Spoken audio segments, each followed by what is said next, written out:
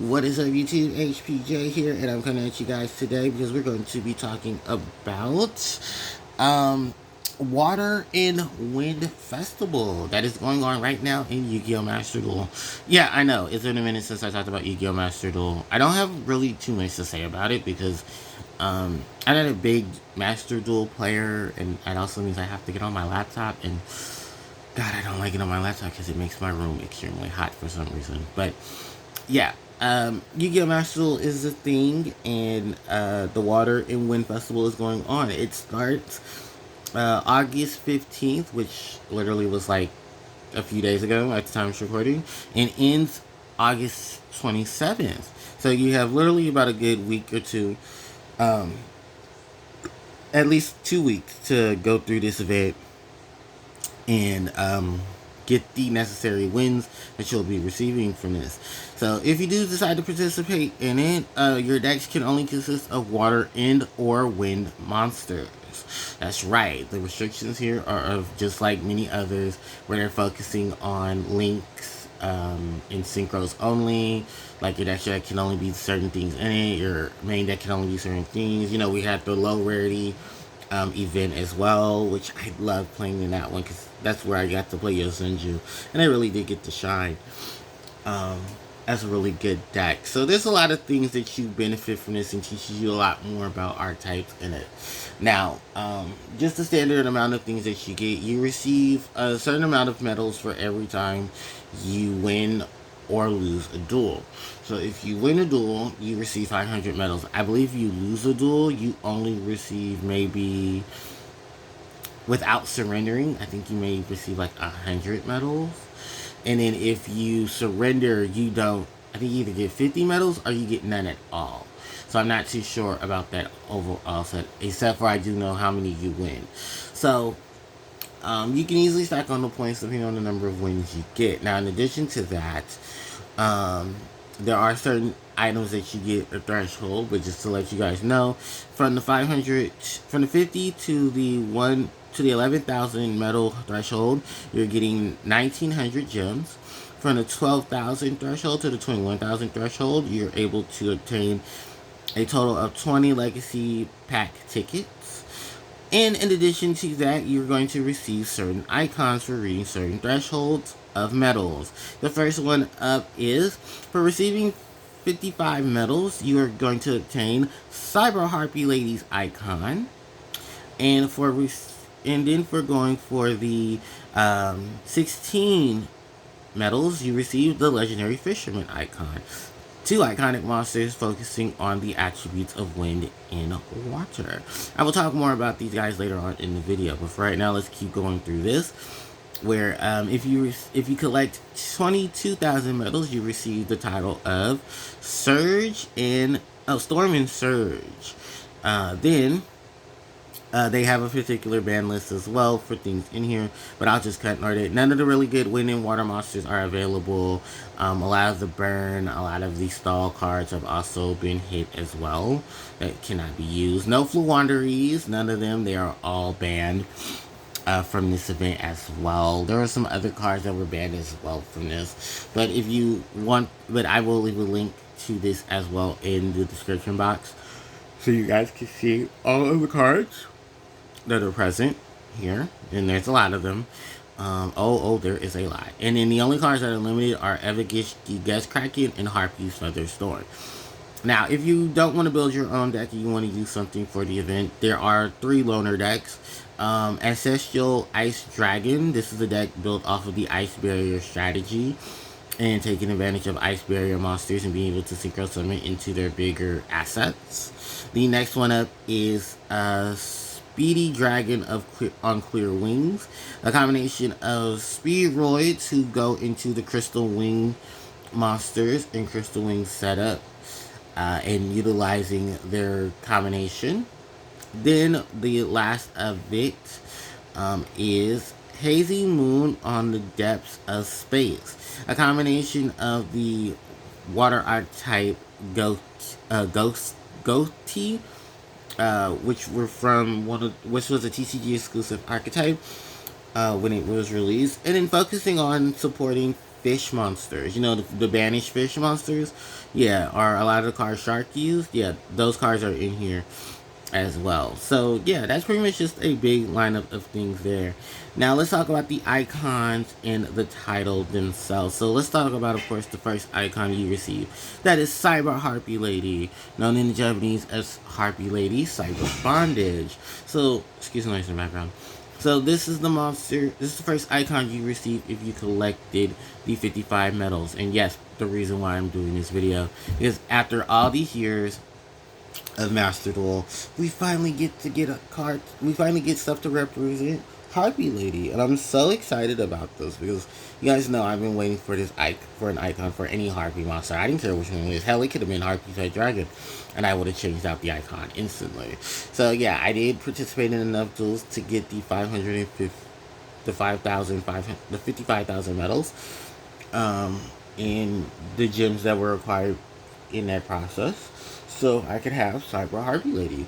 So the icon will have the text that says, "This icon depicts an enhanced form of Harpie Lady, beautiful to watch but deadly in battle." Cyber Harpie Lady is just an enhanced version of Harpie Lady herself. They have the same level, type, and attribute, but the only major differences are actually in their attack, defense, and tax.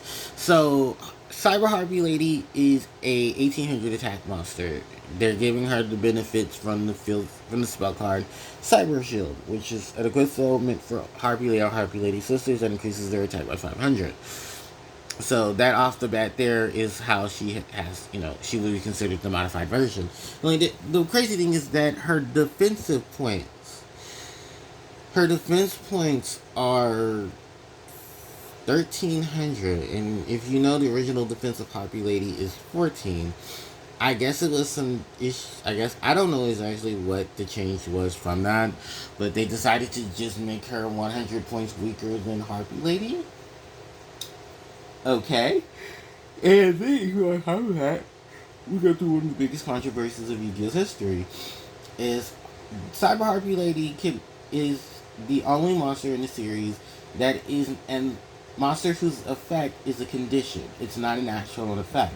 So what do I mean by that? Well, to note something about the Harpie archetype is that the original Harpie monsters, Harpie Lady, Cyber Harpie Lady 1, 2, and 3, are always treated as Harpie Lady, no matter where they are. The hand, the field, the deck, or the graveyard. They are treated as Harpie Lady.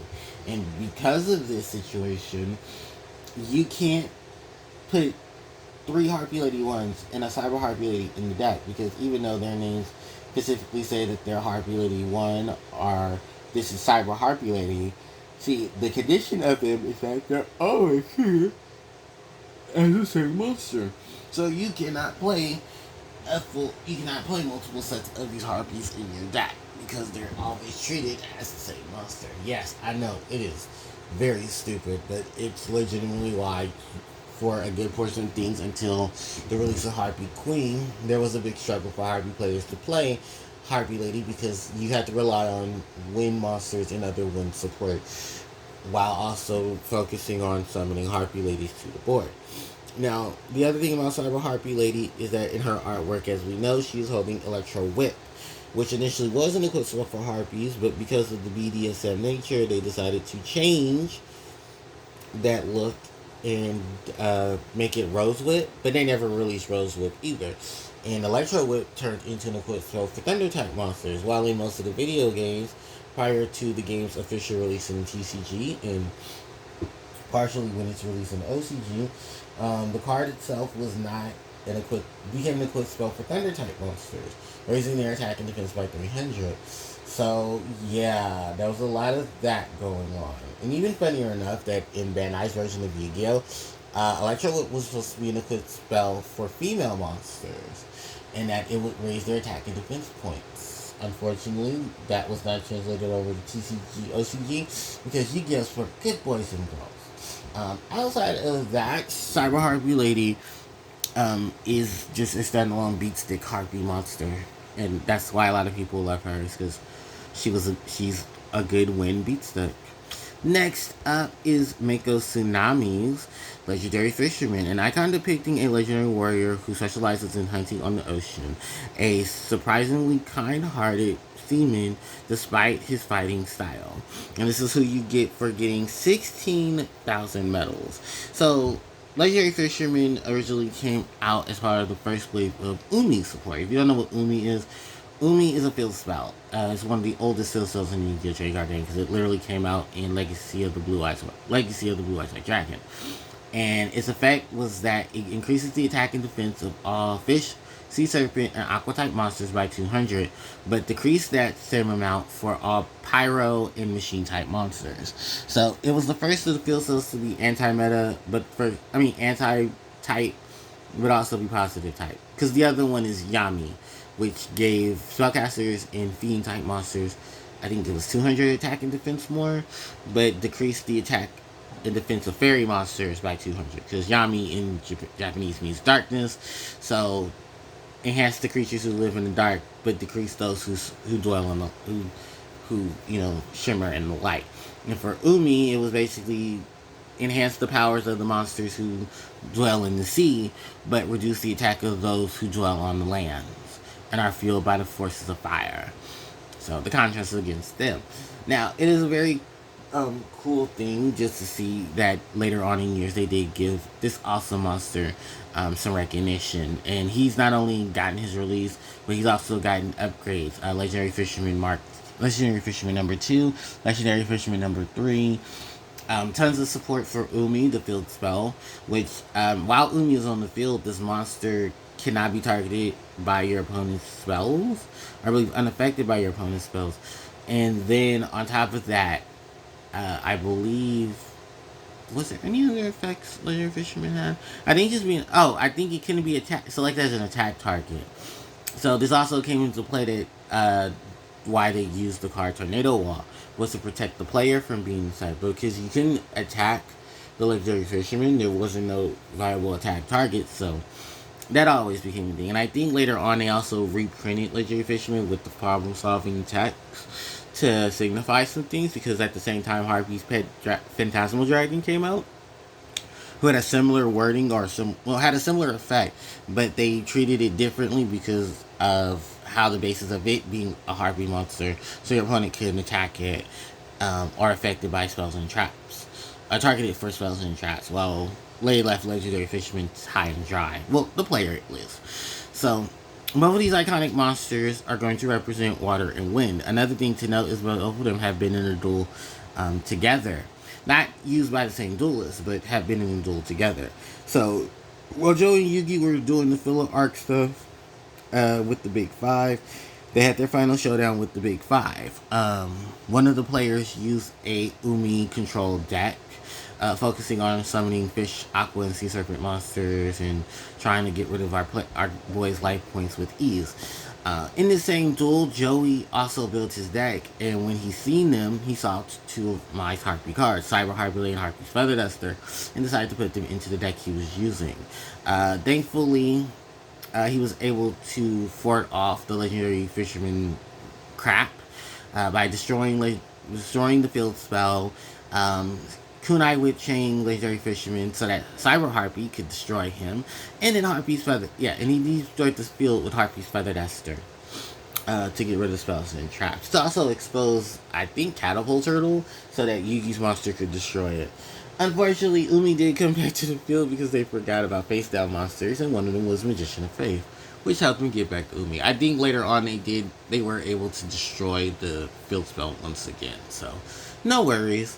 But overall, these two iconic monsters both used in the same duel, and funny enough, even being used by the same duelist, because after Joey defeated Mako in Battle City, Mako gave him both Fortress Well and Legendary Fisherman, while they were only rarely seen once in that duel against Odeon. Even funnier enough, though, with Legendary Fisherman, Joey does get some animation for Fisherman, and I believe he gets some text for Cyber Harpie Lady as well. So, shout out to remembering the anime and things like that. The other thing to talk about, of course, is the title that you get, which is just a simple Surge and Storm title. That's for once you get 22,000 medals, and it depicts a title given to the duelist who achieved the results of the wind and water. Raging waves and howling winds brought up a great storm during duels. So, not a bad title there to have. So, yeah, I hope you guys enjoy this 2 week S festival, and I hope you guys get your legendary fisherman and or your cyber harpy lady. I've already gotten my cyber harpy lady. That's all I really wanted. But no, it's gonna be nice to see decks and stuff built, focusing on water and wind. From what I've experienced in my own personal venture, yeah, there's gonna be a lot of ice barrier, and there's even gonna be a lot of what is it? Clear wing synchro dragon stuff. And you might even see some fish. Or you might even see people just use Lunar decks just so they can stack on the metals. So, yeah, with that said in turn, I hope you guys enjoyed the event. Because I personally did in some shape or form. I definitely will see you guys in some future videos that will be coming up. Because I got some cards and stuff and I'm going to be posting some more content up as well. So with that said and done, thank you guys so much for watching. If you guys have any questions, you can leave them in the comment section below. Don't forget to like, comment, share, and subscribe to the channel as it helps me out tremendously. You can hit the notification bell to be informed of when I upload more content to the channel. My social media links are in the description box below, and if you guys would like to see other content, you can definitely check that out on my page. I leave a playlist in recent videos so you guys can see. Thanks everybody for watching. HPJ signing out.